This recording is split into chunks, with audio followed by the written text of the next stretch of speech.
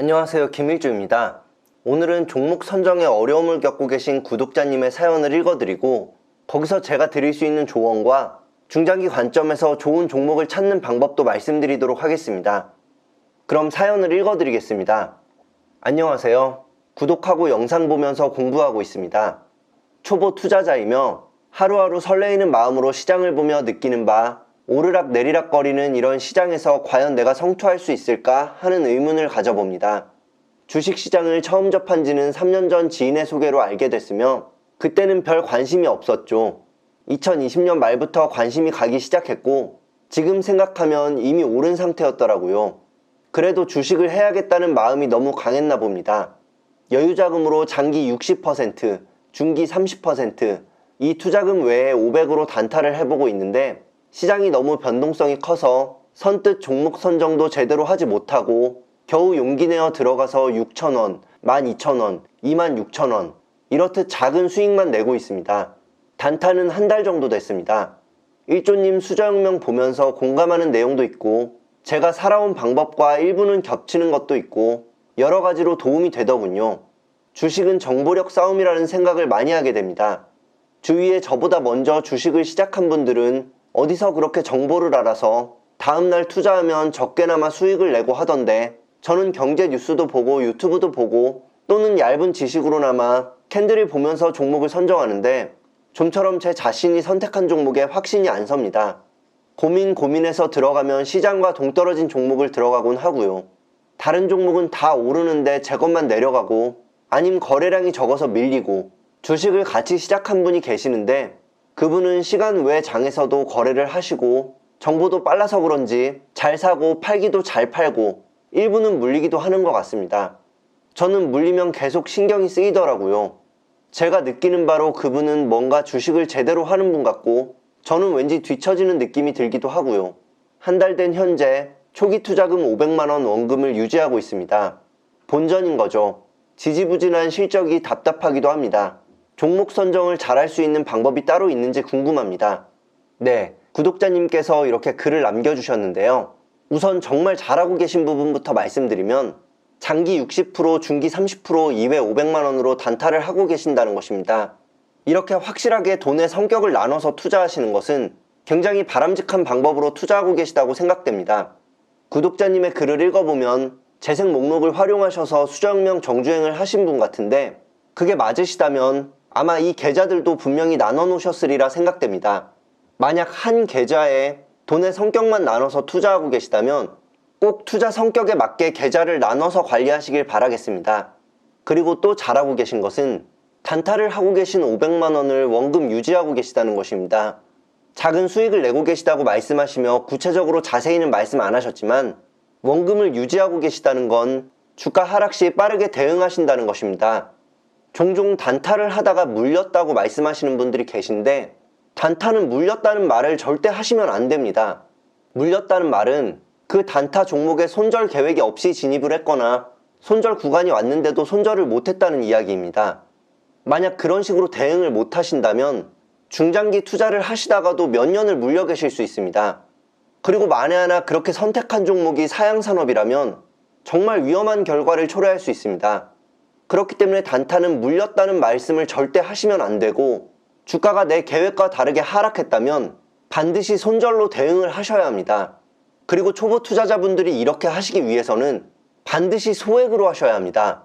소액으로 하셔야 대응할 수 있는 연습이 되지 너무 큰 금액으로 하시면 주가가 하락 시 생각이 마비가 돼서 교훈도 얻을 수 없는 큰 손실을 보실 수 있습니다.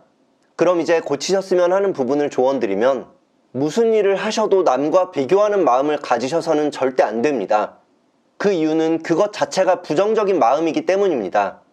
구독자님께서는 주변 사람은 잘 하고 있는 것 같은데 왠지 나만 뒤처지는 느낌이 든다고 하셨는데 그런 마음이 드시면 당연히 기분이 다운될 수밖에 없고 활기차게 무엇을 할 수 없게 됩니다.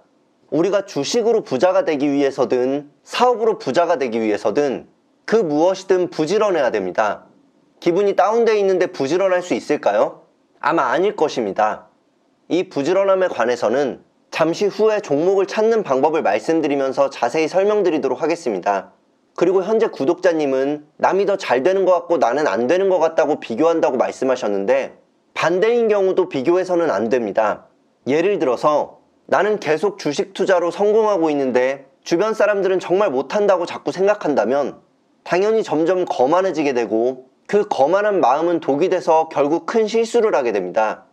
이러한 이유들 속에서 앞으로는 절대 자기 자신을 남과 비교하시지 말고 어제의 나와만 비교하면서 나아가시길 바라겠습니다.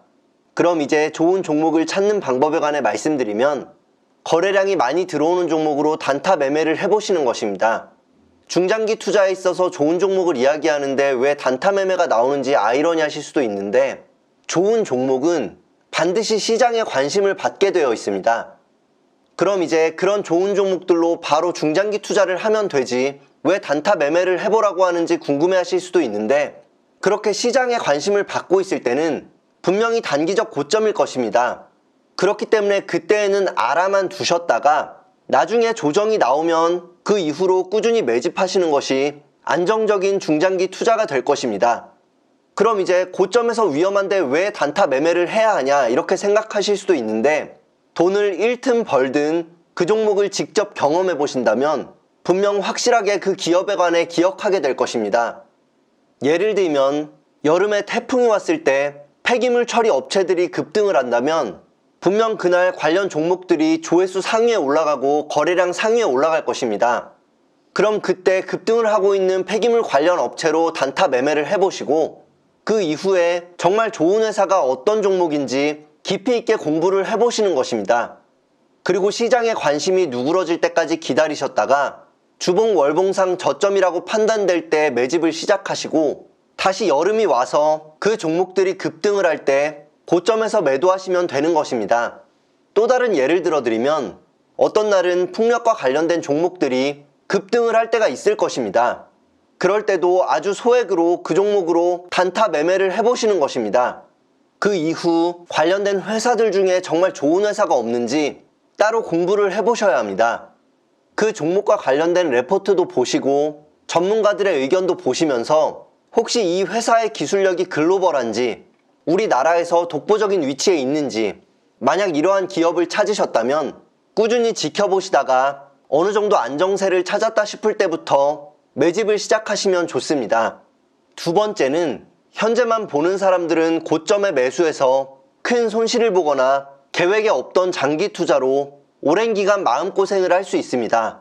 하지만 늘 미래를 상상하며 지금은 시장에 큰 관심을 받지 못하지만 훗날 많은 수익을 낼 수 있는 종목을 먼저 꾸준히 매수하신다면 그 매수하는 과정도 즐겁고 수익도 굉장히 커질 것입니다. 지금 제가 잠시 예를 들어 상상해 보겠습니다.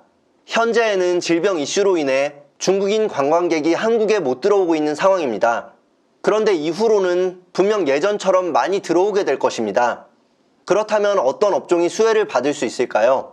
다양한 분야가 있겠지만 그중 카지노도 분명 수혜를 받게 될 것입니다. 제가 영상으로 올렸던 트럼프와 관련된 책 리뷰를 보신 분들은 아시겠지만 카지노라는 업종은 트럼프에게도 가장 큰 수익을 가져다 줄 만큼 정말 돈이 되는 사업입니다. 그런데 그렇게 돈이 되는 사업이 팬데믹으로 인해 손님이 없다가 갑자기 급격하게 증가한다면 어떻게 될까요? 아마 당연히 실적이 좋아질 것입니다. 그런데 만약 이미 중국인 관광객이 많이 온 상태에서 시장에 관심을 많이 받는다고 매수하신다면 그때는 이미 고점일 것입니다.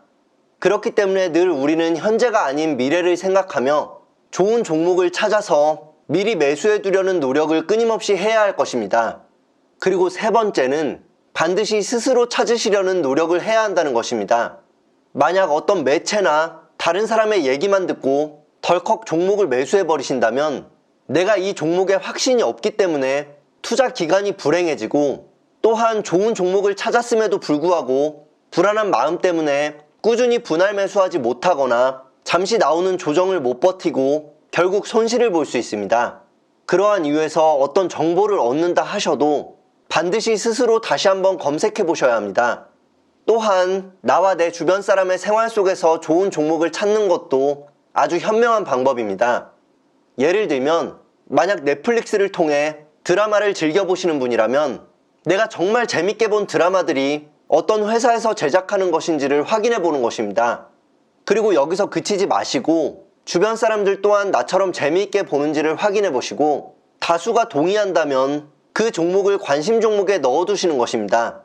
그런데 이때에도 제가 늘 말씀드리는 것처럼 한 번에 모든 금액을 매수하시면 안 되고, 만약 상승 추세에 있다면 꾸준히 분할 매수를 하시고 크게 조정받고 있다면 관망을 하시다가 하락세가 잦아들 때부터 분할 매수를 시작하시면 좋을 것이라는 생각이 듭니다. 수저혁명 정주행을 해보신 분들은 아시겠지만 저는 투자를 하실 때 다른 사람에게 돈을 빌려준다고 생각해 보시라고 말씀드린 적이 있었습니다. 이것을 다시 한번 떠올려 보면, 만약 우리가 돈을 빌려주고 이자를 받는 사람이라고 했을 때 우리는 다양한 사람들을 미리 많이 알고 있을수록 좋을 것입니다. 그런데 반대로 만약 늘 처음 보는 사람에게 돈을 빌려준다면 어떻게 될까요?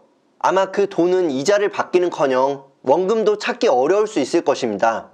이러한 이유에서 제가 앞서 말씀드린 방법들을 토대로 매일매일 부지런하고 성실하게 좋은 종목들을 관심 종목에 채워 넣으신다면 그 과정도 즐겁고 결과 또한 좋을 확률이 높아질 것입니다. 많은 초보 투자자분들이 종목을 매수하시는 데 집중하시는 편인데, 우리는 종목을 매수하는 것이 중요한 게 아니라 좋은 종목을 많이 아는 것이 중요한 것입니다. 다시 마인드와 관련해서 말씀을 드리면, 우리는 돈을 빌려주는 것이 중요한 것이 아니라 많은 좋은 사람들과 친하게 지내다가 그중 어떤 사람이 나에게 이자를 많이 줄 수 있는 상황이 됐을 때 그때 돈을 빌려주는 것이 중요한 것입니다.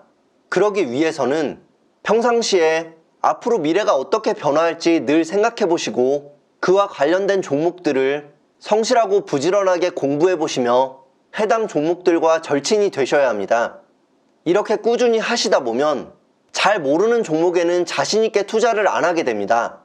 내가 이 바닥에서 인싸인데 내가 모르는 종목이라면 내가 문제가 있는 것이 아니라 그 종목이 문제가 있다고 느껴지기 때문입니다. 간혹 부자가 되고 싶다거나 경제적 자유를 얻고 싶다면서 오늘 하루는 편하게 살고 싶어하고 오늘 하루는 게으르게 보내고 싶어하는 분들이 계십니다. 이러한 분들은 매일 라면과 햄버거와 피자를 먹고 누워있으면서 배에 왕자를 새기겠다고 말하는 것과 똑같습니다. 우리 구독자님들은 그런 한심한 사람이 돼서는 절대 안 됩니다. 이제 정리해서 말씀드리면, 큰 흐름은 앞서 말씀드린 방법들로 종목을 찾아보시고 그 종목들 중에서 글로벌한 기업인지 혹은 국내에 독보적인 위치에 있는지, 그리고 만약 이전까지 업황이 안 좋았다면 흑자 전환이 되었는지, 이 세 가지만 기사나 레포트를 통해 확인하셔도 분명히 좋은 종목들을 찾으실 수 있을 것입니다. 오늘 말씀드렸던 종목을 찾는 방법에 관한 영상들은 이번 영상 설명란에 링크로 첨부해 드리겠습니다. 그럼 오늘 영상 도움이 되셨다면 좋아요 한 번씩만 부탁드리겠습니다. 그럼 다음 영상에서 또 인사드리도록 하겠습니다. 감사합니다. 이메일은 답장을 드리기가 어렵지만 꼭 모든 메일을 읽어보고 구독자분들과 공유하며 조언 드릴 내용이 있다면 영상으로 응답드리겠습니다.